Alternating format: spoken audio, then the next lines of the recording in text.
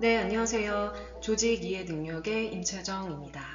네, 오늘은 경영과 조직의 의사결정 과정에 대해서 우리가 배워볼 차례입니다. 우선은 수업에 들어가기 앞서서 우리가 지금 수업을 꽤 오랫동안 했죠. 그래서 우리가 한 7주 정도에 지금 들어서게 됐는데 실제로는 수업을 6번을 했어요. 그쵸? 왜냐면 우리가 중간에 휴강을 한번 했기 때문에 그래서 우리는 6번 정도의 수업을 했기 때문에 그거를 가지고 중간고사에 임하면 될 것이다. 이렇게 말씀을 좀 드릴게요. 그래서 원래는 중간고사 우리가 보는 방법에 대해서 이래저래 여러 말씀을 좀 드렸었는데 어차피 중간고사를 우리가 실제로 만나서 볼 수 없기 때문에 과제로 내던지 아니면 우리가 온라인으로 실시간 정말 말 그대로 시험을 보던지 두 가지 중에 하나 선택을 해야 되는데 전에도 저희가 이제 말씀을 좀 나눴듯이 우리는 어차피 오픈북으로 볼 거잖아요. 그래서 지금까지 나눠드렸었던 6개 정도의 자료 6개인가요? 그냥 잘 기억이 안 나네요.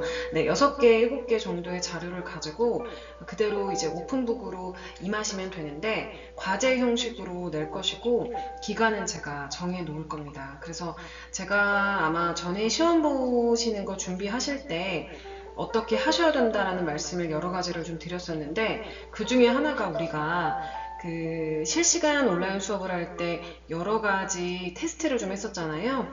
그래서 그 테스트한 부분들 여러분들 미리미리 찾아 놓으시고 만약에 그 당시에 테스트해 놓은 자료가 없다라고 한다면 굉장히 곤란한 상황이 되겠죠.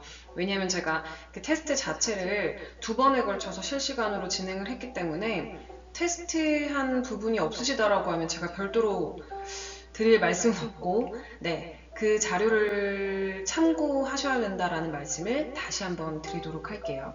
그래서 제가 시험 문제를 총 10문제 가까이 시험 문제를 낼 거예요. 그런데 10문제를 다 작성하시는 건 당연히 아닙니다.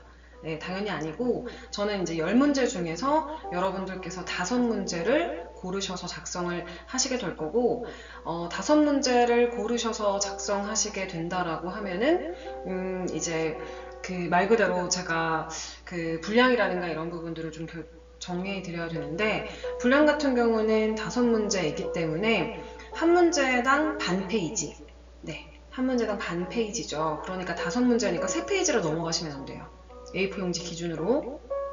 그래서 A4 용지 기준으로 3페이지에다가 시험을 보셔야 되고 제가 시험에 대한 분량이라든가 이런 부분들은 또 공지사항에 다시 한번 말씀드릴 거니까 참고하시면 되겠습니다. 그래서 우리가 시험 보시기 전에 마지막 그 수업 시간이죠. 그래서 이 수업 시간에 말씀드린 부분들 잘 기억하시고 10문제 중에서 자기가 수업 시간이라든가 여러 가지 뭐 자료를 보고 자신이 자신 있는 파트로 해가지고 작성하시면 시험이 끝난다라는 부분들 말씀드리고요. 또 하나 말씀드릴 게 뭐냐면 시험 문제를 작성하실 때 제가 10문제 중에서 5문제만 작성하시라고 말씀드렸는데 가끔씩 그걸 넘겨서 작성하시는 분들이 있으세요. 근데 그러실 필요 전혀 없습니다. 추가 점수 없어요. 그렇기 때문에 10문제 중에서 5문제만 고르셔서 작성하시면 된다. 분량 넘치는 것도 굳이 추가로 제가 점수를 안 드릴 거니까 참고하시길 바라겠습니다.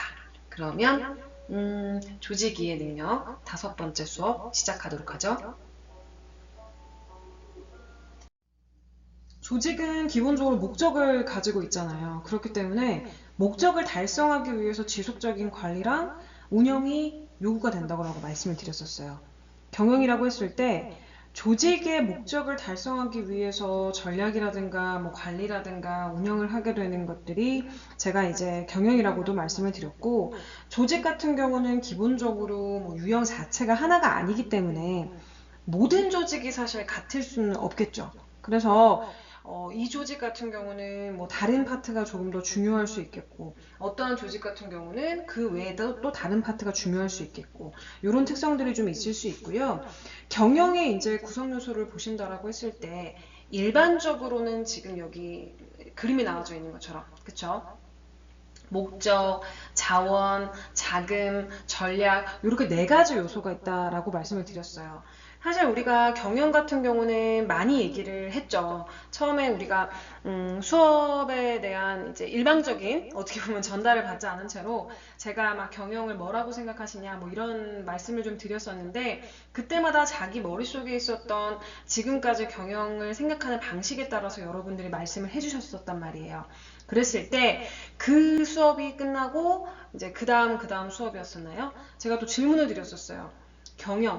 경영이라는 과목, 조직이라는 과목, 내가 배울 필요가 있냐라고 했을 때 어떤 분이 나는 솔직히 필요가 없을 것 같다라고 했어요. 왜냐면 나는 나중에 조직에 속할 이유가 없을 것 같고 그리고 내가 직업을 갖는 것이 회사를 다닐 일이 아니다 이렇게 말씀을 하셨었는데 진짜 그런지 안 그런지 우리가 한번 살펴보려고 하는데 경영의 목적이라고 한다는 거는 기본적으로 조직의 목적을 어떤 과정이라든가 방법을 택해서 수행할 것인가를 구체적으로 제시를 해주죠. 그래서 목적을 달성하기 위해서 이제 조직을 이끌어 나가는 경영자가 있잖아요.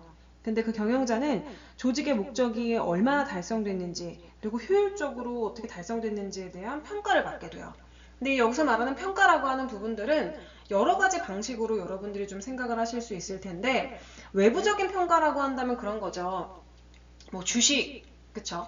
누군가가 주식으로 여러분들께서도 주식을 하시는 분들이 있으실 수 있는데 내가 어떤 기업에 관심을 갖고 그 주식을 구매한다라는 것은 그 기업에 대한 나만의 평가가 있을 거 아니에요. 그런 부분들이 있고 또 외부에서 투자 뭐 이런 부분들이 어떻게 보면은 그쵸? 경영에 대한 평가를 받은 거예요. 어떤 건지 아시겠죠? 그리고 두 번째로 인적자원. 인적자원.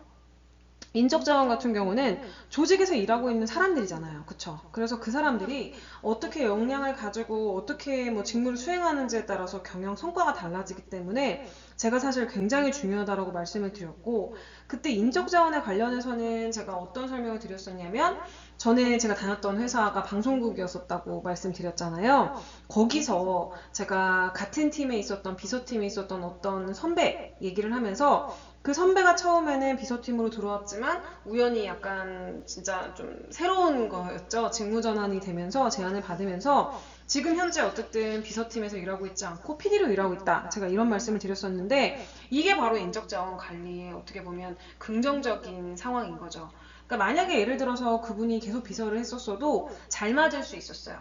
그쵸? 잘 맞았다고 생각하니까 그분이 그 지원을 한 거고 그리고 지원을 했을 때 내 지원한 그거랑 뭐 상관없이 어쨌든 평가 자체가 이 사람이 비서직에 잘 맞는다 이렇게 생각해서 비서를 했을 텐데 어쨌든 비서팀에서 총무도 맡고 인사도 하고 했었는데 이분 같은 경우는 다른 파트에 훨씬 더 재능이 있었던 거죠. 그게 바로 인적 자원이 어떻게 보면 잘 적재적소에 풀리게 된 케이스이기 때문에 사실 배치하게 되고 활용하는 방식에 따라서 회사의 여러 가지 매출이라든가 그 개인의 삶이 굉장히 달라졌어요. 그리고 또 이제 인적자원이라고 하는 부분들은 그런 것도 있어요. 여러분들 중에서 내가 경영이 가장 필요가 없다 생각하는 파트나 혹시 전공이 뭐냐라고 제가 혼자 생각을 한번 해본다면 예술 쪽에서 그렇게 근무하시거나 예술 쪽에 관련돼서 전공하시는 분들일 것 같아요. 근데 이제 예를 들어보면 좀 다를 수 있는데 예를 들어서 그런 거죠. 만약에 내가 난 어릴 때부터 연기에 대해서 관심이 너무 많았고 또 연기도 또 잘하고 해서 내가 전공까지 그걸 갖게 된 거예요. 근데 내가 관심만 가진다고 해서 내가 대학을 뭐 연기과를 내가 아무렇게나 막 진학할 수는 없겠죠. 당연히 능력이 있으니까 누군가의 평가를 받고 진학을 했어요. 근데 내가 들어가 보니까 공연예술학부에 딱 들어가게 됐는데 나는 연기만이 어떻게 보면 무대에서 서서 내가 스스로 연기하는 것만이 내 능력이라고 생각했는데 어느 날 교수님이 날 딱 보고 얘기를 한 거죠. 너 연출 쪽에 재능이 있는 것 같다. 연출 쪽으로 공부를 해보면 어떠니? 이렇게 제안을 해주신 거야. 예를 들어서. 그래서 그런 식으로 해보니까 나랑 너무 잘 맞는 거지. 혹은 뭐 교수님이 그렇게 제안을 해줄 수도 있지만 예를 들어서 동료들이 너는 그런 쪽에도 잘 맞는 것 같다. 혹은 반대일 수 있죠. 내가 연출 전공으로 학교에 들어가게 됐는데 어떻게 보면은 다른 사람들의 제안이라든가 이런 부분들을 받아서 연기를 하게 된 사람들이라든지 실제로 연기를 하시는 분들 중에서 이런 분들이 상당히 계신 걸로 알고 있는데 어쨌든 간에 이것도 인적 자원의 적재적소의 배치인 거죠. 이 사람을 어떻게 배치했느냐에 따라서 삶이 바뀐 케이스이기 때문에 사실 어떻게 보면 경영이라는 거는 내가 회사에 들어가지 않아도 이런 식으로도 다 생각할 수 있는 거라서 나랑 진짜 경영이라는 과목이 상관이 없는지 있는지는 살다 보면 아마 다들 아시게 될 거라고 생각을 또 하는 부분이고, 그 다음에 자금 같은 경우는 경영활동에 사용할 수 있는 돈을 의미하죠. 제가 자금은 동그라미를 한번 해보려고 하는데 빨간색으로 좀 동그라미를 해볼게요. 자금이라고 하는 부분들은 사실 어떻게 보면 제가 제일 중요해가지고 동그라미를 했다기보다는, 네, 오해하실까 미리 말씀을 드리면, 어떻게 보면 자금은 조금 앞쪽에 우선순위 되어져 있는 경영의 한 요소가 아닌가라는 생각이 들어요. 예를 들어서 기업에서 뭐 전략도 중요하고 경영 목적도 중요하고 인적 자원도 중요할 수 있어요. 근데 만약에 내가 어떤 아이템도 있고 다 있고 뭐 이런 게 다 구성이 되어 있는데 자금이라는 부분이 해결이 안 돼. 자금은 아주 많은 부분이 있겠죠. 내 주머니에서 나온 것도 자금이고, 우리 엄마 아빠 주머니에서 나온 것도 자금이고, 만약 친구가 돈을 빌려줘, 그럼 그것도 자금이죠. 은행이 돈을 빌려줘, 그것도 자금이에요. 근데 이런 부분들이 전혀 해결이 되지 않은 상태다라고 한다면 그 뒤에 있는 부분들이 과연 내가 생각할 수 있는 부분들일까를 본다면, 자금이 어떻게 보면 경영의 여러 가지 그 요소 중에서 가장 중요하냐 아니냐는 말하기 어렵지만 조금 우선순위에 있어야 내가 경영이라는 거에 뛰어들 수 있는 요소 중에 하나가 아닌가라는 부분이 좀 그런 생각이 좀 들어요. 그래서 그런 의미에서 자금을 좀 제가 동그라미를 좀 쳤고요. 자금이 우선 부족할 때는 목표를 달성하는데 어려움을 겪게 될 수 있고, 기본적으로 기업이라고 한다면 이윤 추구를 목적으로 하기 때문에 자금 같은 경우는 이런 부분들을 통해서 내가 이윤 창출을 하게 되는 어떻게 보면 가장 결정적인 키가 될 수 있죠. 그래서 그런 부분들을 좀 말씀드리고요. 마지막으로 전략인데, 저는 경영을 전공했고 전략을 또 전공했다라고 말씀을 드렸잖아요. 그래서 전략 같은 경우는 중간에도 많은 예를 들었었지만 그 등산 생각하시면 돼요. 그래서 내가 등산이라고 하는 거, 등산의 목적은 산을 오르는 거잖아요. 등산을 하는 건 산을 오르는 거예요. 그러니까 뭐 정상을 찍고 안 찍고를 떠나서 산을 오르는 게 어쨌든 간에 나의 목표인데, 산을 오를 때 많은 방식이 있다라고 말씀드렸어요. 그게 바로 전략이다 말씀드렸죠. 내가 만약에 산을 많이 타봤어요. 난 이 산을 잘 알아. 나는 이 산을 뭐 예를 들어서 뭐 진짜 등반하는데 2시간 걸리는 게 목표야. 빨리 최대한. 그런 게 목표라고 한다면 여러 코스가 있더라도 내가 가장 빠른 코스를 선택하는 것이 등산의 전략이 되겠죠. 뭐 내 장비라든가 이런 부분들을 생각하는 것도 전략이 될 거고, 근데 만약에 나는 산을 빨리 오르는 것이 목표라기보다는 주변에서 나는 조금 이렇게 그게 산림욕도 좀 하고 주변 환경도 좀 보면서 이런 것들이 내 그 산을 오르는 목적 중에 하나야. 그렇다라고 한다면 전략이 내가 일자 코스로 해서 빨리 가는 것이 전략이 되지 않고 뭐 정말 경치가 좋은 쪽으로 찾아간다던가 이런 부분들이 전략이 될 수 있겠죠. 그래서 전략이라는 거는 이제 어떻게 보면 조직이 가지고 있는 자원을 효과적으로 운영해서 이제 뭘 하고 어떤 걸 달성해야 되는지를 알려주는 게 전략이라고 보시면 돼서, 그래서 이제 경영 전략이라고 얘기를 한다면 기업 안에 있는 경영을 하기 위한 전략이 뭐냐라고 묻는다면, 기업 안에 있는 모든 뭐 인적 자원도 그렇고 물적 자원도 그렇고 경영 목적도 있고 뭐 많잖아요. 자금도 있고 이런 부분들을 이제 조직화하고 실행에 옮겨서 내가 같은 산업 내에서 어쨌든 경쟁 우위를 좀 달성해야지 내가 거기서 잘할 수 있겠죠. 그래서 그런 거를 하기 위한 일련의 방침이라든가 활동을 우리가 보통 경영 전략이다 이렇게 얘기를 합니다. 그래서 지금 방금 말씀드리는 경영 전략이라고 하는 건 요거 하나 말씀드린 게 아니에요. 경영을 하기 위한 전략은 요거 그쵸? 내가 조직화해서 이걸 실행에 옮겨서 경쟁 우위를 달성하기 위한 일련의 활동을 우리가 경영을 하기 위한 전략이다 이렇게 생각을 하시면 되겠습니다. 네, 경영의 과정에 대해서 좀 살펴볼 텐데요. 경영은 이제 경영자가 경영 목표를 설정하고 경영 자원을 조달하고 배분하고, 그쵸? 경영 활동을 실행하고 이를 평가하는 일련의 과정으로 좀 이해가 되실 수 있을 것 같은데, 여기서 이제 계획이라고 한다면 기본적으로 조직의 미래성을 결정하고 이를 달성하기 위해서 대안을 분석하고 목표를 수립하고 실행 방안을 선정하는 과정이라고 좀 보시면 돼요. 그래서 여기에 조직의 미래사항이다라는 부분들이 나오는데, 예를 들면 그런 거죠. 사실 경영을 똑같이 해요. 그리고 똑같은 산업군에 있기는 하지만 약간 우리는 뭔가 조직의 이미지 자체를 약간 젊게 가고 싶어. 그렇다라고 하면 그거에 맞춘 대안들이 있겠죠. 우린 젊게 갈 거니까 뭐 예를 들어서 뭐 오프라인보다는 뭔가 온라인에 주력을 해. 그래서 그런 것들을 하려고 했을 때 뭐가 더 좋을까? 그러니까 뭐 이제 회사 자체에서 홈페이지라든가 홍보하는 방식도 중요하지만 뭔가 이렇게 외부 서포터즈, 그러니까는 고객들을 서포터즈로 해가지고 그들이 뭔가 홍보하는 방식을 해서 뭔가 문어발처럼 뭐 하게 된다. 뭐 이런 여러 가지. 네, 그래서 이런 것들 우리가 만약에 미래상을 결정했다라고 하면 이거에 맞춘 여러 가지 대안들이 있을 텐데 그거에 맞춰서 선정하는 방식인 거죠. 그래서 여기에 맞춰가지고 우리가 이제 경영 실행이 이제 이루어지게 되는데, 이거에 맞춰서 이 단계에서 이 단계를 지금 보려고 하면은 좀 뒤쪽에 가셔가지고 제가 그림을 그려놨어요. 그림을 좀 보시면서 하시는 게 좋을 것 같은데, 네, 그림을 보시면서 하시는 게 좀 좋을 것 같은데, 앞에 말씀드렸던 부분들에 대한 것을 제가 그림으로 나타낸 거예요. 그래서 처음에, 그쵸? 경영 계획이라는 걸 세우잖아요? 그러니까 뭐 미래상 이제 아까 말씀드렸던 이 부분인데, 미래상 결정하고 이제 뭐 대안을 분석하고 실행 분석을 하고 뭐 요거를 이제 우리가 첫 번째로 한 거예요. 지금 펜을 좀 바꿔가지고 이게 좀 잘 보이려나? 빨간색이 최고죠? 네, 이거를 이제 1번으로 처음에 한 거죠. 그렇다라고 하면 이제 흐름을 쭉 타고 가요. 그럼 두 번째는 이제 실행 단계에 온다라고 하면은 이제 말 그대로 이 단계에서는 조직의 목적을 좀 달성하고 조직의 구성원을 좀 관리해주는 방식을 하는 거예요.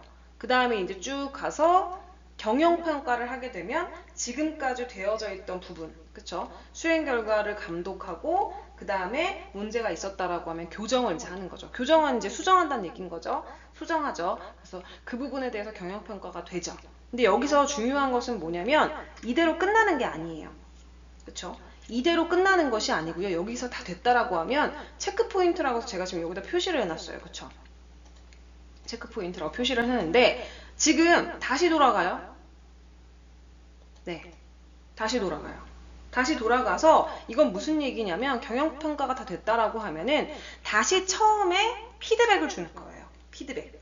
그래서 피드백을 다시 주게 되면 이제 처음에 왔었던 경영 계획, 그쵸? 경영 계획에 여러 가지 것들을 설정을 했었는데 이것에 대해서 좀 수정할 방식이 있다라고 하면은 이런 여러 가지 일련의 과정을 통해서 평가까지 왔다라고 하면 다시 이 교정한 부분 때문에 다시 앞으로 돌아가서 계획을 다시 세워주면 조금 더 견고한 경영에 대한 방식이 나오게 되겠죠.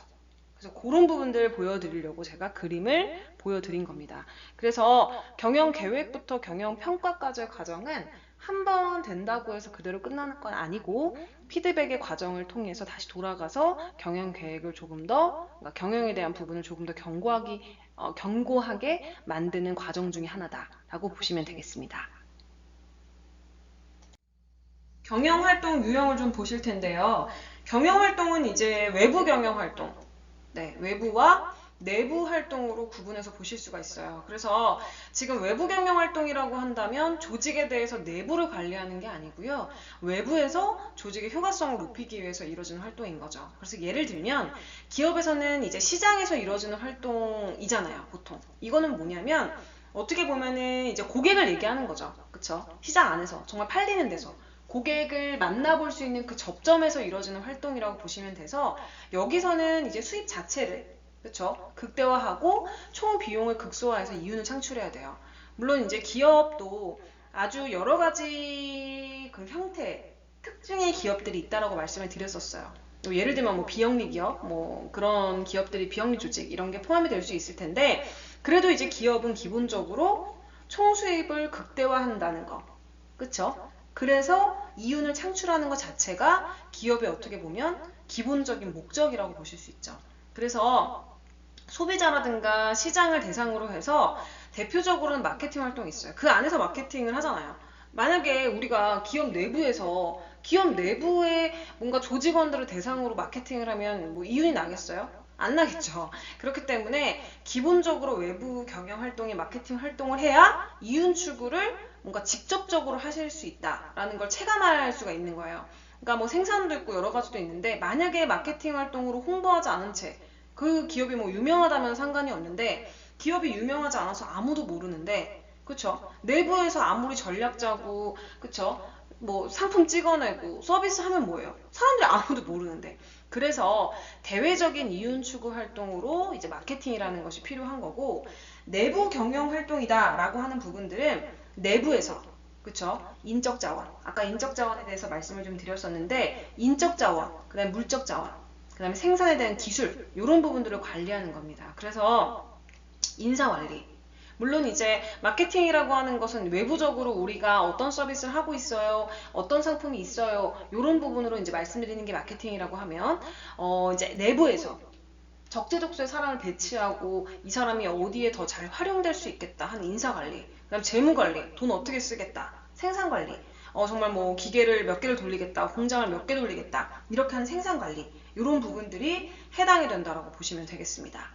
그래서 경영활동이라고 하는 것은 어떻게 보면은 뭐 되게 깊게 들어가게 되면 더 복잡한 부분들이 있지만, 두 가지로 이렇게 뭐 굳이 양분해서 나눈다라고 하면, 외부로 이제 뭔가 세일즈를 하고 홍보를 하게 돼서 직접적으로 우리가 어떤 서비스라든가 상품이 있는지 뭔가 알리게 되는 외부, 그 다음에 내부, 말 그대로 외부에 드러나지는 않지만 내부에서 정말 바쁘게 돌아가는 경영 활동이 있는데, 그거를 내부 경영 활동이라고 한다고 했어요. 그래서 그렇게 두 가지로 구분해서 보실 수 있겠습니다.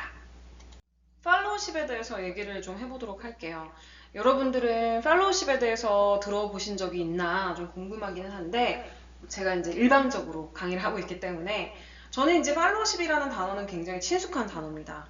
전에도 말씀드렸었지만 저는 비서직을 했었잖아요. 비서를 했었기 때문에 비서에게 어떻게 보면은 조금 상위 개념으로, 그러니까 사실 비서 같은 경우는 누군가를 서포트한다라는 개념이 훨씬 더 강한데, 뭔가 그 서포트하는 개념의 플러스로 해서 뭔가 상위 개념, 그러니까 뭔가 확장된 개념으로 팔로우십이라는 단어를 굉장히 귀에 이제 못이 박히도록 들었습니다. 그러니까 뭔가 수동적인 태도뿐 아니라 뭔가 따라가기는 하는데, 따라가는 방식에 대해서 뭔가 능동적인 것도 포함이 된 개념이 팔로워십이라고 생각을 하시면 돼요. 팔로워 아마 많이 들어보셨을 거예요. 그리고 SNS나 이런 데서 나를 구독하는 사람이 팔로워잖아요. 그쵸? 그래서 이런 부분에서 따서 팔로워십이라는 단어가 나오게 됐는데, 좋은 부하가, 우리가 항상 뭐 죽을 때까지 뭐 어떻게 보면 유구하게 부하일 수도 있지만 내가 언젠가 리더가 될 수도 있잖아요. 근데 리더라는 개념이 조직이라든가 경영 안에서 리더가 될 수도 있지만, 내가 뭔가 가정을 꾸려서 그 안에 리더가 될 수도 있고, 그쵸? 내가 친구들이랑 뭔가 놀러 갔는데 그 안에서 내가 뭐 잠깐이라도 뭐 리더가 될 수도 있고, 여러 가지가 있습니다. 그래서 어쨌든 좋은 부하가 좋은 리더가 되는 것은 너무나 당연한 부분인데, 아시다시피 리더십이라는 거 자체는 귀에 우리가 못이 박히도록 들었어요. 뭐 예를 들면 리더가 어떻게 해야 되고, 리더의 역할이 뭐고, 부하 직원이 미워하는 상사는 어떤 사람이고, 뭐 이런 부분들은 굉장히 못이 박히게 들었어요. 그리고 사실 이런 부분들이 얘기가 많이 나올 수밖에 없는 건, 어쨌든 직장생활, 조직생활의 묘미는 안 그래도 직장생활이 힘든데 속된 말로 상사라도 씹어야지, 약간 이런 개념에서 나온 부분들인 것도 좀 있는데요. 그런데 어쨌건 간에 부하 직원의 역할이 뭔지에 대해서는 사실 좀 알려고 안 하죠. 그러니까 부하 직원의 역할이 뭔지라기보다는 뭔가 부하 직원을 교육하긴 하는데, 이것은 조금 그냥 어떻게 보면은 그냥 교육받고 내가 이런 뭔가 뭐라죠, 업무적인 부분에서 어떤 능력을 가져야 된다, 이런 부분인 거지, 어떻게 따라가야 되는지에 대해서는 알려고도 안 했고 관심도 없었잖아요. 그렇지만 중요한 사실은 리더십 못지않게 중요한 게 팔로워십이라는 거예요. 왜냐면 유능한 지도자 밑에서 기본적으로 이제 역량 있는, 그쵸, 부하가 탄생하기도 하지만, 좋은 직원, 어떻게 하면 멋진 직원, 그쵸, 그런 직원들이 멋진 상사를 만들 수도 있기 때문이에요. 이 부분에 대해서는 이해가 좀 안 가실 수도 있지만, 제가 비서일 때는 비서팀 안에서 이런 얘기가 굉장히 많았죠. 저희는 뭐 드러나려고 하는 직업들이 아니잖아요. 정말 멋진 상사를 만들기 위해서 뒤에서 노력을 하는 사람들이었단 말이에요. 멋진 상사를. 물론 정해진 업무만 가지고 일을 할 수도 있겠지만 똑같은 시간, 똑같은 상황, 뭐 이런 부분에 대해서 이제 뭔가 내가 할애를 하고 노력을 한다라고 하면은 기왕 하는 거. 내 상사가 조금 더 멋져 보이게 보여지게 뭔가 노력을 한다는 거는 굉장히 비서로서는 중요한 일이었기 때문에 그래서 그 부분을 좀 말씀드리고요. 옛날에 아리스토텔레스도 얘기를 했었던 부분이 남을 따르는 법을 모르는 사람 같은 경우는 좋은 지도자도 될 수 없다라고 했어요. 네, 이건 너무나 당연한 얘기인 거죠. 자기가 모르는데 어떻게 지도자가 될 수 있겠어요? 어떻게 따르게 하는 방법을 모르는 거죠. 그러니까 내가 위에서 힘만 쐬고 내 의지만 했다고 해서 누군가 날 따르는 게 아니죠. 아마 주변에서도 보시면 아시겠지만 이상하게 좀 사람들이 따르는 사람들이 있어요. 그리고 친구인데도 불구하고 내가 이상하게 이 친구한테 뭔가 의존이 되고 그쵸? 의지가 되고 그런 막 언니 같은 형 같은 그런 친구들 있잖아요. 그쵸? 그런 친구들이 있는데 아마 그런 사람들 같은 경우는 기본적으로 누군가를 따라본 사람인 거죠. 굉장히 뭐 좋은 형이 있었다거나 좋은 언니나 좋은 누나가 있었다거나 이런 뭔가 아래에서 따르는 법을 일정 기간 수련이라고 하면 좀 웃기긴 한데 해본 사람들은 기본적으로 밖에 나오게 되면 그 사람들은 또 누군가가 따르는 거예요. 그쵸? 그런 부분이라고 보시면 좋을 것 같고요. 그리고 그 뭐 허먼 밀러의 맥스 디프리 회장 같은 경우도 얘기를 했었죠. 야구에서 아무리 투수가 잘 던져도 그거를 이제 제대로 받을 수 있는 좋은 포수가 없으면 아무 의미가 없는 거예요. 그러니까 야구를 하는데 누군가가 이제 투수가 던지는 연습을 할 때 물론 혼자 던지는 연습을 하기도 하지만 제대로 받아주는 좋은 포수가 없으면 그 팀 뭔가 정말 키커만 있다고 해서 뭐 정말 진짜 1등 하는 게 아니잖아요. 축구에서도. 야구도 역시 마찬가지인 거죠. 그래서 진짜 맥스 디프리 회장 같은 경우도 그런 의미로 좀 얘기를 했었던 부분이고요. 그래서 사실 관리가 되지 못하면 좀 버려지죠. 그래서 아무리 좋은 부하 직원도 상사가 관리하지 않고 이제 방치하게 되면 별 볼 일 없어지는 거예요. 가끔씩 보면 이런 친구들이 있어요. 이런 친구라기보다는 동료 중에서도 그런 그 동료가 있었고 친구 중에서도 있었고 했었는데 뭔가 괜찮은 사람이었단 말이에요. 근데 어떤 회사를 들어갔는데 그 회사에서 물론 이제 주변에서 얘기를 할 때는 회사에서 뭐 일 자체 하는 거를 다 누구나 싫어하는 것처럼 얘기하지만 그렇게 다 싫어하면 회사를 다니지 않겠죠. 네, 그 얘기는 뭐냐면 그래도 만족을 단 1%라도 더 한다는 얘기예요. 그것처럼 보통은 그래도 회사가 죽어라 싫으면 보통 다니게 되는데 그 와중에도 회사 자체에서 인적 자원을 적재적소에 배치하지 못하고 업무 분장이라든가 이런 부분에 대해서 문제가 있어서 굉장히 망가지는 직원들을 많이 봤습니다. 많이 봤고 제 동료 중에서도 그런 사람이 있고 친구 중에서도 그런 사람이 있고 분명히 괜찮은 사람이었었는데 1년이 지나고 2년이 지나고 3년이 지난 후에도 전혀 성장하지 못한 채 어떻게 보면 좀 퇴보한 채로 조직에서 나오게 되는 뭐 그런 사람들을 좀 본 적이 있는데요. 어쨌든 간에 아무리 능력이 좋아도 회사에서 혹은 상사가 관리하지 않고 이제 방치하게 되면 별 볼 일이 없어진다는 거예요. 근데 이게 상사도 마찬가지입니다. 좋은 팔로워를 못 만나면 우선은 제 역량을 발휘하지 못하는 부분들도 좀 있고요.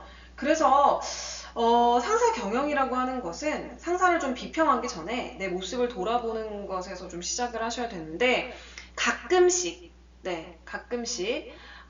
TV에서 우리가 이제 공식적인 부분들을 얘기할 수밖에 없으니까 뭐 우리가 공식적으로 공통적으로 아는 리더들이라고 한다면 정부기관에서 일하는 리더들이 있을 텐데 그 리더들 외에 그 리더 자체의 문제라기보다는 팔로워들의 문제로 인해서 좀 문제가 생기는 경우들이 좀 있죠. 그리고 물론 이제 리더로 인해서 팔로워들이 문제가 되는 경우도 있고 그래서 사실 말하기 좀 조심스러운 부분이어서 말을 좀 더듬게 되는데 어쨌든 간에 그쵸? 상사건 뭐 팔로워건 관리하지 않고 그쵸? 서로를 잘 만나지 못하고 뭔가 좀 고전적인 얘기지만 궁합이 좀 잘 맞지 않으면 둘 다에게 문제가 좀 생길 수 있죠. 중요한 자리수로 더할 것이고. 그래서 이런 얘기를 들어보신 적이 있는지 모르겠는데 대기업에서는 면접 같은 거 볼 때 면접관 중에서 관상을 공부한 사람이 있다 이런 얘기 들어보신 적 있는지 모르겠어요. 요즘도 사실 그렇거든요. 그 관상이라는 게 뭐 진짜 역술가가 될 수도 있지만 관상, 그러니까 말 그대로 너무나 중요한 리더를 보좌하고 옆에서 이제 함께 업무를 하는 일이기 때문에 미신까지 다 갖다 쓸 수, 미신이라는 말 좀 이거 정정. 미신이 아니라 어쨌든 관상이라든가 그런 역술의 뭔가 힘까지 빌려서 정말 모든 것을 다 끌어다가, 그쵸? 사람을 잘 뽑는 것, 이게 되게 중요할 수 있다는 걸 제가 좀 우회적으로 말씀을 드린 건데, 어쨌든 팔로워건 뭐건 궁합도 중요하고 서로 간의 조합도 중요하고 그런 부분들이 좀 있습니다. 저는 가끔 지나간 시간을 생각을 하면서 내가 제대로 된 팔로워였는가라는 그런 생각을 가끔 합니다. 제가 보좌했던, 제가 뭐 10년, 20년 이렇게 비서를 하진 않았지만, 보좌했던 기간이 그래도 생각보다 짧지 않았었는데, 그동안에 제가 보좌했던 상사가 몇 번 바뀌었어요. 그 중에는 이제 돌아가신 분도 있고, 그리고 제가 정말 생각나는 그 상사도 있습니다. 그 상사로 인해서 저는 많은 저만의 목표를 세우게 되고, 그렇죠? 물질적인 부분도 당연히 일을 했으니까 보수가 있었겠지만 스스로에 대한 많은 발전이 있었어요. 그 상사 덕분에. 그래서 가끔 시간이 나거나 그리고 또 공교롭게도 뭐 이런 뭐 계속 연결이 되는 이런 과목들까지 제가 뭐 강의를 하다 보니까 생각을 하게 될 시간들이 좀 많은데 그냥 가끔 생각을 해요. 내가 제대로 된 팔로워였는지, 그렇죠? 내가 뭐 맡았었던 그 일에 대해서 내가 성실하고 책임감 있게 뭔가 내가 감당했었는지, 그리고 아니면 내 보스, 내 리더가 힘들 때 뭔가 이렇게 뒤에서나마 뭐 격려한다든지 아니면은 잘못하고 있을 때 솔직하게 가서 내가 뭔가 느낌을 이렇게 비춰줄 수 있었는지. 그러니까 뭐 비서로서 막 가서 20살 막 30살 나이 차이 나는 대표님한테 가가지고 막 이거 아닌데 저거 아닌데 이렇게 할 수는 없잖아요. 근데 조금 잘못된 걸 내가 이제 좀 캐치할 수 있었는지 뭐 그 정도 생각해 본 적 있고, 그 다음에 좋은 팔로워인지 내가, 그리고 내가 지금은 못하지만 더 좋은 팔로워가 되기 위해서 내가 할 일은 뭔지, 그쵸?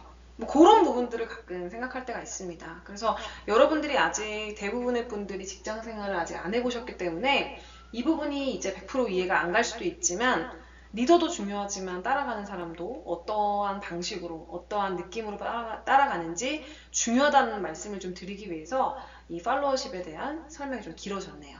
네. 그래서 문제도 이제 푸셔야 되겠죠. 문제를 이제 어떻게 푸시는지에 대해서는 여러분들께 다 아실 거라고 생각합니다. 그래서 이거는 제가 아까 보여드렸던 경영의 구성 요소이죠. 그래서 여기를 이제 지웠어요. 동그라미 안에 있는 부분들을 지웠기 때문에 요거에 대해서 이제 댓글로 남기시면 되겠죠. 댓글 어디다 남기시는지 너무나 잘 아실 거라고 생각하고, 요거에 맞춰서 적절한 구성 요소랑 경영에 미치는 영향을 작성하시면 돼요. 이제 간단하게.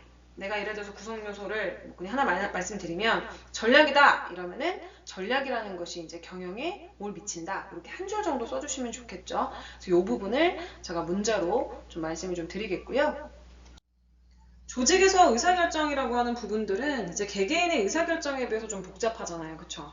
여러분들도 아마 매일매일 그쵸? 매일매일 의사결정이라는 걸 하면서 살아가실 텐데 조직에서의 의사결정은 이거에 진짜 뭐 몇 배다라고 말하기 어려울 정도로 많은 부분들이 복잡하게 될 거예요. 기본적으로 나 혼자만 이제 해당되는 일들이 아니기 때문에 그냥 쉽게 생각해서 학교에서 뭔가 결정하려고 할 때만 해도, 집안에서 뭔가 결정하려고만 해도 나 혼자라면 이렇게까지 복잡하게 의사결정 안 할 텐데 누군가가 꼈기 때문에 의사결정하는 과정이 복잡해지고 이런 경험들을 아마 해보셨을 거예요. 그리고 또 이제 신속하게 발음이 안 돼요. 신속하게 이루어져야 될 때도 많고 또 확실하지 못한 환경이나 뭐 수단이나 결과가 명확하게 정해진 상태에서 이루어지기도 하고, 그 다음에 한 사람의 뭔가 관리자에 의해서 결정되고 이러는 게 아니라 기본적으로 이제 구성원들이 참여하기 때문에 뭔가 협력도 요구되고 그리고 문제를 해결한다라고 하면은 회사 입장이라고 하면은 여러 부서가 이제 관여하게 되고, 그리고 부서들이 이제 각자의 견해가 있겠죠. 영어팀 견해 다를 거고, 홍보팀 견해 다를 거고, 그쵸? 견해가 이제 다르기도 하고요. 그리고 또 심지어 이제 외부의 조직도 개입이 되기도 해요. 만약에 우리 회사가 마케팅을 하는 회사야. 그러니까 마케팅만 하는 회사인 거예요. 근데 우리가 이제 외부적인 조직인 생산을 담당으로 하는 어떤 회사랑 일을 해. 그럼 이제 외부의 조직이 개입되기 때문에 우리 안에서만 얘기가 끝났다고 이제 끝나는 부분이 아닌 거죠. 그래서 굉장히 조직의 의사결정 과정은 복잡하고, 어떻게 보면 형태도 딱 정할 수 없을 정도로 많을 수 있다라는 것을 좀 말씀을 드릴 텐데, 의사결정의 과정이라고 한다면 기본적으로 조직에서 의사결정은 문제가 확실하게 분석 가능하고 해결 방안이 확실한 경우도 있어요. 여기서 보는 것처럼 확실한 경우도 있지만, 기본적으로 이제 제한된 정보랑 여러 견해들이 공유가 돼요. 여러 견해. 한 가지가 아니란 얘기인 거예요. 그리고 혁신적인 결정보다 현재 체제 내에서 순차적이거나 이제 부분적으로 의사결정이 이루어지기 때문에, 기존에 내가 어떤 결정을 했다라고 하면은 계속 수정해 나가는 방식으로 이루어질 수밖에 없어요. 그래서 한 번에 뭔가 의사결정을 했을 때 마지막까지 똑같이 가면 너무나 좋겠지만, 계속 수정해 나가는 방식으로 이루어질 수밖에 없다는 거, 여러분들이 이제 기억을 하셔야 되고, 그렇기 때문에 조직에서 의사결정에 대한 여러 가지 모형들이 있긴 한데, 문제 발견에서 해결한 제시까지 여러 가지 이제 구조화된 행동 순서를 나타내고 있는 기본적으로 이제 점진적인 의사결정 모형을 활용하게 되는 거죠. 그러니까 순서대로 되어져 있는, 이렇게 순서대로 쭉 그런 거밖에 없어서 그렇게 될 수밖에 없다라는 걸 좀 말씀을 드리겠고, 그래서 첫 번째 단계라고 얘기를 하면 확인 단계라고 보통 얘기를 하죠. 확인 단계. 확인 단계라고 보통 얘기를 하게 되는데, 확인 단계에서는 의사결정이 필요한 문제를 인식해요. 네. 그래서 외부 환경이 변화하거나 내부에서 문제가 발생했을 때 이제 이런 상황들이 발생하게 되는데, 문제를 인식하게 되면 기본적으로 이제 구체화해야 될 거 아니에요. 그쵸? 그래서 구체화하려고 정보를 얻는 단계를 우리가 보통 확인 단계라고 하기도 하는데, 진단 단계는 기본적으로 문제의 심각성에 따라서 체계적으로 이루어지기도 하고요.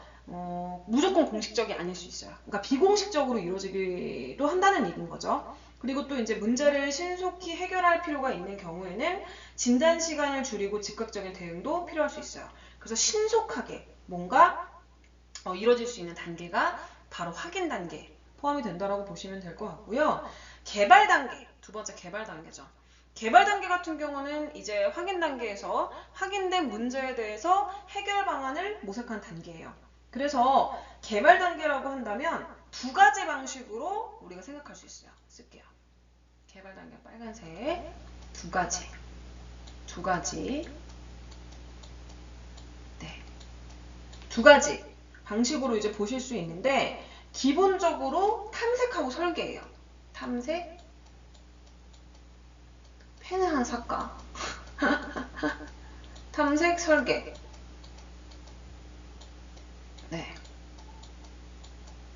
네, 그렇기 때문에 먼저 조직 내에서 이제 기존의 해결 방법 중에서 새로운 해결 방법을 찾는 과정이 바로 탐색이라고 보시면 돼요.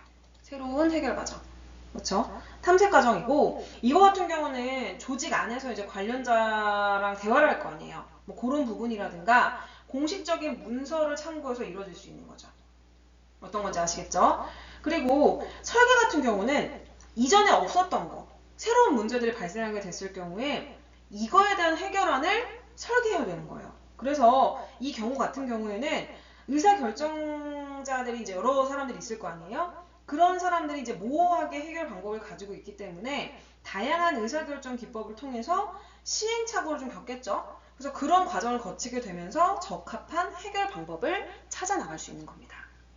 그래서 이걸 개발 단계라고 보시면 될 것 같고, 세 번째 보시게 되면 선택 단계예요. 해결 방안을 마련하면 실행 가능한 해결안을 선택하게 되는 거겠죠. 그래서 선택을 위한 방법은 세 가지예요. 세 가지. 이건 세 가지. 써볼까요? 선택은 세 가지. 선택은 세 가지예요. 그래서 이거는 한 사람의 의사결정권자가 그게 판단해서 선택하고 뭐 경영과학 기법이라든가 이런 여러 가지 분석들이 있겠죠. 분석 방법 이런 부분들에 의해서 선택하고 그 다음에 이해관계 집단이 또 있을 수 있어요. 그러면 그 사람들 뭐 그런 집단에 맞춰서 토론, 토의, 그 다음에 교섭 뭐 이런 부분에 맞춰서 선택을 하는 게 있습니다.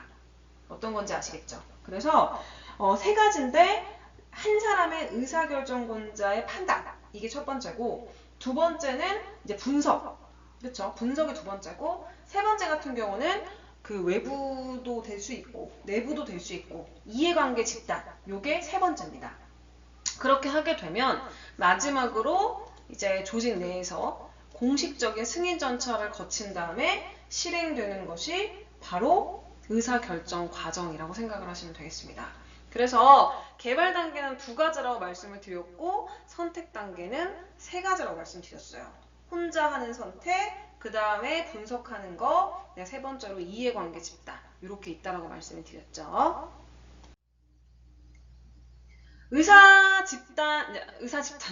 집단 의사결정의 특징을 좀 볼게요.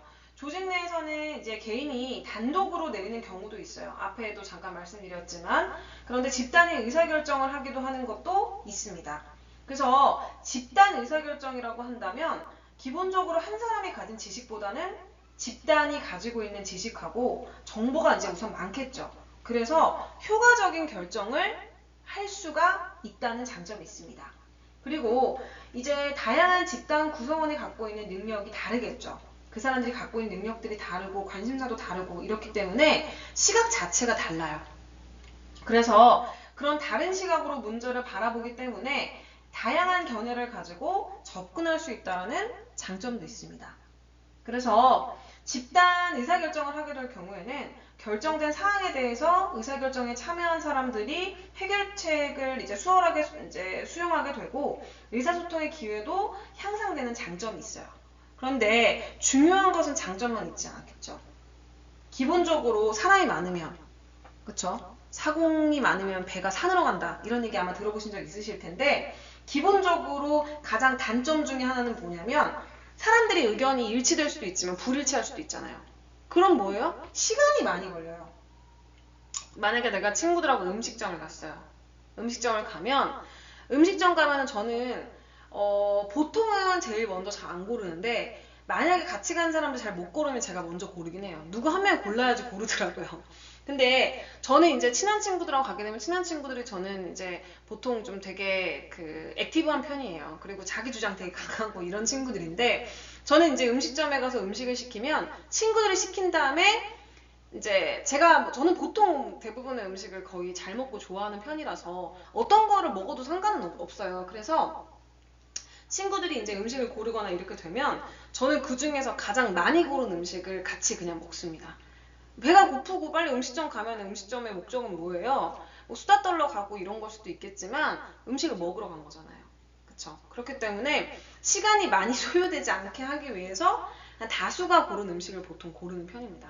그래서 그 부분을 말씀드렸던 이유는 바로 이거죠. 시간이 많이 소요되며 이것 때문에 의사결정을 내릴 때 다양한 견해도 있고 좋고 다 하지만 기본적으로 사람이 많으면 시간이 많이 소요되고요. 그리고 또 단점은 뭐냐면 특정 구성원에 의해서 의사결정이 독점될 가능성이 있어요. 그러니까 이건 뭐냐면 그 안에서 뭐 여러 가지 이유가 있겠지만 좀 힘이 센 사람이 있겠죠. 물리적인 힘이 될 수도 있겠지만 뭐 지성의 힘이 센 사람도 있겠죠. 그래서 그 사람에 의해서 의사결정이 독점될 가능성이 있어서 집단 의사결정은 장점하고 단점 이렇게 좀 확인해 보실 수 있겠습니다. 브레인스토밍 같은 경우는 이제 집단에서 의사결정을 하게 되는 대표적인 방법이라고 보시면 돼요. 그래서 브레인스토밍 같은 경우는 여러 명 있죠. 브래드도 있고, 니베아도 있고, 라이언도 있고, 렉슬리도 있는데 한 명의 문제가 있다라고 했었을 때 그 문제를 놓고 아이디어를 비판 없이 이제 제시를 하는 거죠. 그래서 그 안에서 최선책을 찾아내는 거예요. 그래서 이 브레인스토밍 같은 경우는 어떻게 보면은 많은 이제 장점들을 이제 얘기하게 되는데 여기서 브레인스토밍을 하더라도 기본적인 규칙이라는 것이 있습니다. 첫 번째는 다른 사람이 아이디어 제시할 때 비판 안 해요. 이거는 뭔가 토론이 아니잖아요. 아니면은 뭐 A냐 B냐 둘 중에 하나 선택하는 게 아니라 최상의 뭔가를 진짜 찾아내기 위한 거예요. 최선책. 여기 나와져 있지만 그렇기 때문에 다른 사람이 아이디어를 제시할 때는 비판하지 않아요. 그 사람이 다 이유가 있다고 생각을 하는 거죠. 내가 선택 안 하면 되는 거예요. 그리고 문제에 대한 제안은 자유롭게 이루어질 수 있습니다. 그리고 아이디어는 최대한 많이 나올수록 좋아요. 내가 이 하나를 주장해서 이거 하나로 끌고 가려고 하는 목적이 아니라 어쨌든 최선을 내가 선택하기 위한 것이기 때문에 한 사람이 뭐 몇 개 아이디어를 내도 전혀 문제가 없습니다. 뭐 조합할 수도 있고.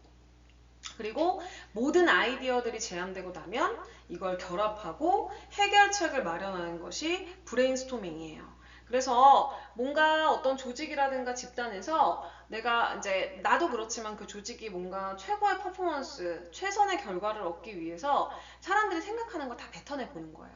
그래서 그 뱉어낸 것 중에 뭔가 하나가 될 수도 있고 아니면 거기다가 어떤 사람의 뭔가 의견을 또 조합해가지고 볼 수도 있고 이렇게 할 수 있는 뭔가 집단의 의사결정 방식 중에 가장 많이 쓰이는 브레인스토밍을 좀 말씀을 드려봤어요.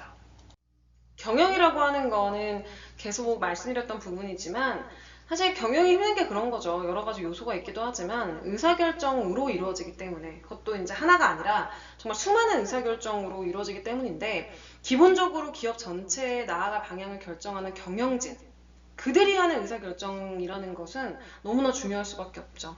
생존하고 뭐 멸망하고 왔다 갔다 할 수도 있는 부분이고 사실 뭐 거기 안에 종사하는 사람들도 중요하지만 종사하는 사람들의 가족들도 다 생각을 해야 되고 또 기업의 결정이라고 하는 것은 수많은 하청업체들까지도 뭐 생존을 뭐 위협할 수도 있는 부분이어서 굉장히 중요한데 예를 들어서 80년대에는 이제 인텔이라는 회사를 아마 아실 거라고 생각해요. 인텔. 우리가 컴퓨터를 하면서 정말 눈앞에서 확인할 수 있는 그 인텔. 인텔 같은 경우는 초반에는 메모리 반도체 전문 업체였어요.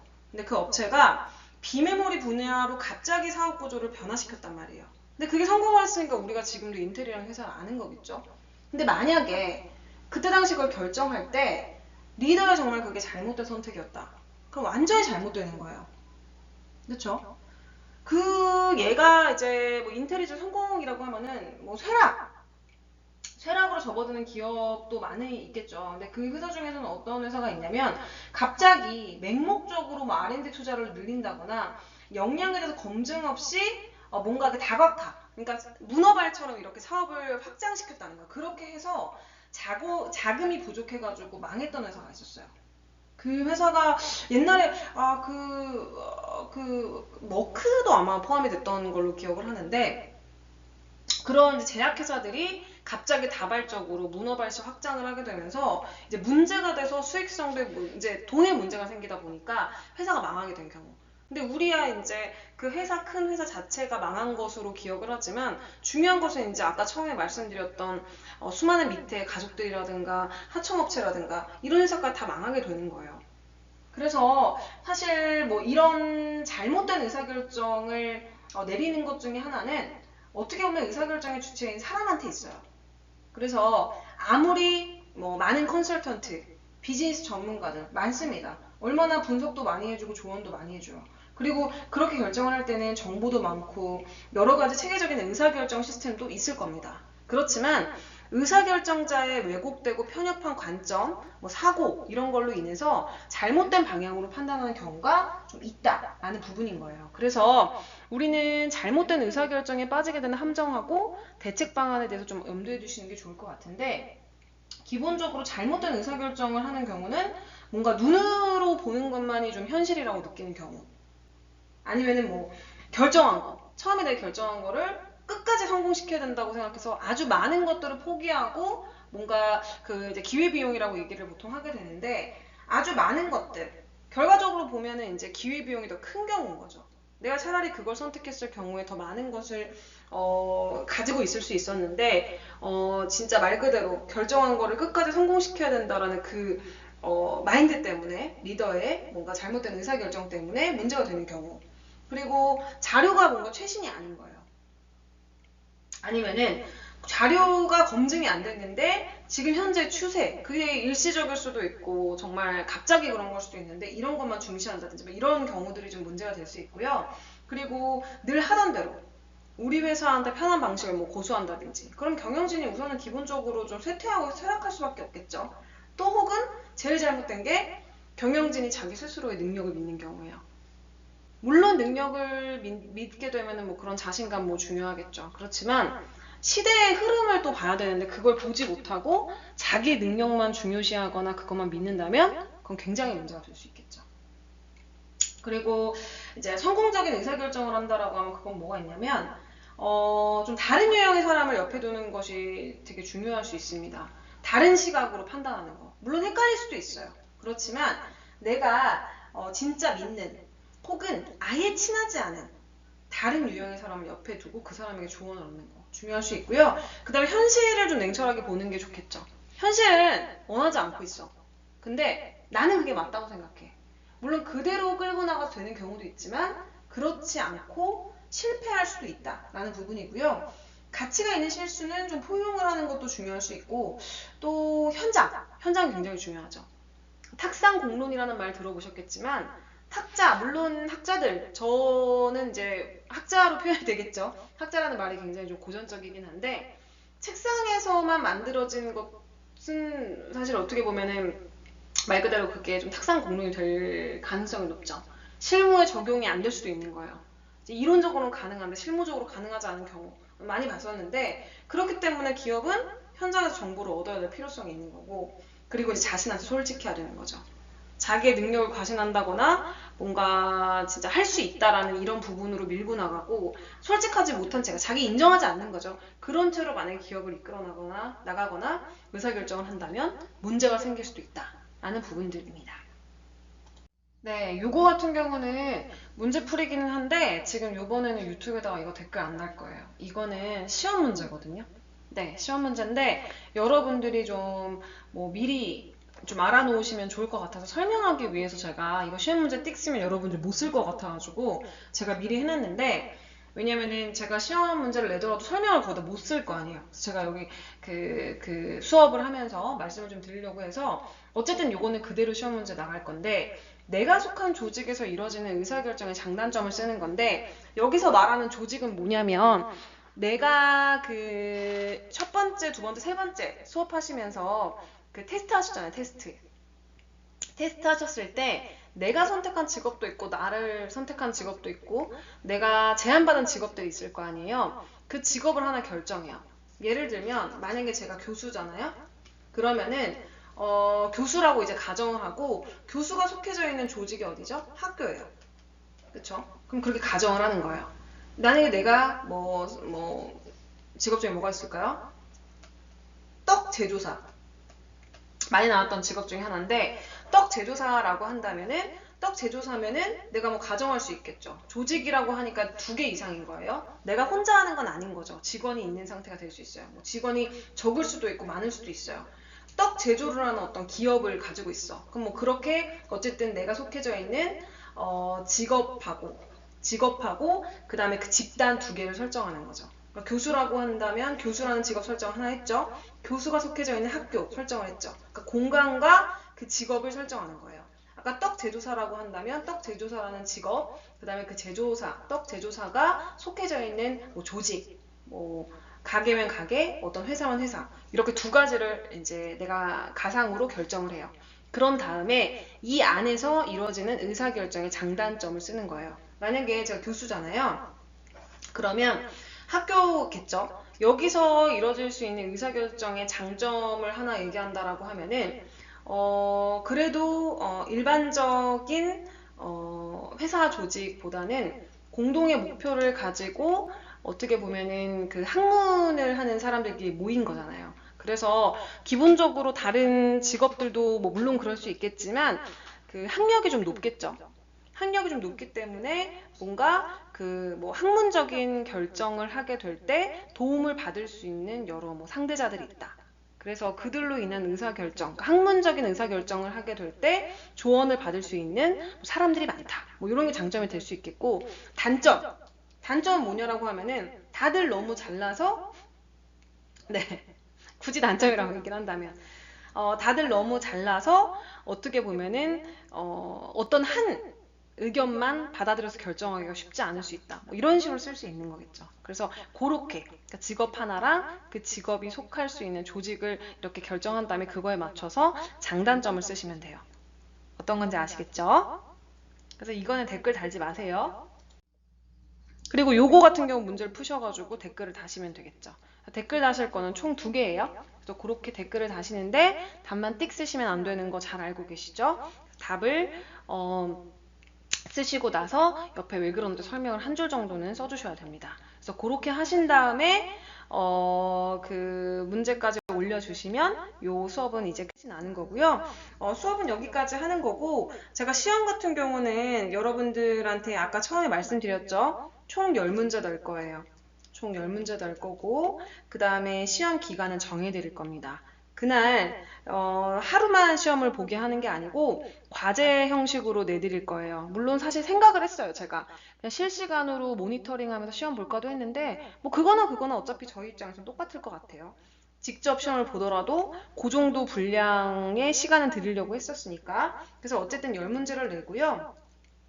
A4 용지 기준으로 해서 단면 기준이 양면 아니고 3페이지를 넘어가면 안 돼요. 답변이 3페이지 넘어가면 안 되고 10문제 중에 5문제를 골라서 문제 더 고르신다고 해서 제가 점수 더 드리지 않는다라고 말씀드렸죠.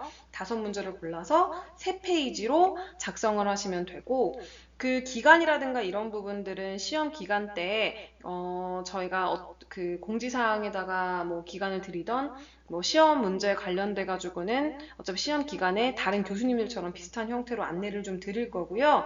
그 안내에 맞추셔서 제출을 하시게 되면 점수가 나간다. 이렇게 보시면 되겠습니다. 그래서 시험 범위는 제가 1강부터 지금 오늘 수업한 자료를 참고하셔서 보시면 되고 여기다가 플러스로 전에 우리 테스트했던 거 있죠. 테스트했었던 2가지 자료가 필요할 수 있으니까 그것도 추가로 참고하셔가지고 보시면 된다라는 거 말씀드리겠고요. 가산점이라든가 이런 부분들을 받으실 수 있는 분들은 어떤 분들이냐면 제가 아무래도 수업 시간에 말씀드렸던 것을 잘 들었다 이렇게 판단이 되시는 분들이 있어요. 답을 보면 그렇거든요. 그러니까 무조건적으로 베낀 게 아니라 뭔가 이거 수업 시간에 이 사람 들었다. 이거 보고 답변한 거다. 이런 게 보이기 때문에 그거에 맞춰서 제가 드릴 거고 그 다음에 출석 같은 경우는 출석을 제가 계속 체크를 하고 있는데 출석 같은 경우는 제가 중간고사 끝나고 나서 여러분들 실강할 거잖아요. 중간고사 끝나고 나서 저 실강할 거예요. 제가 분명히 말씀드렸죠. 계속 실강할 때 다시 한번 다 싹 확인할 거예요. 그러니까 너무 걱정 안 하셔도 돼요. 어차피 그 전에 점수 안 내니까 걱정하시지 마세요. 네, 그래서 저를 믿으시고 어쨌든 하시면 되고 시험 공부랄 건 없지만 어쨌든 시험 지금까지 제가 말씀드렸던 부분들 잘 기억을 하셔서 성실하게 시험 보시면 아마 다 좋은 결과가 있으실 거라고 생각합니다. 네, 오늘까지 수고 많으셨고요. 시험 잘 보시고 그 다음에 시험 끝나고 실강 때 웨백스에서 만나 뵙도록 하겠습니다. 그럼 안녕, 들어가세요.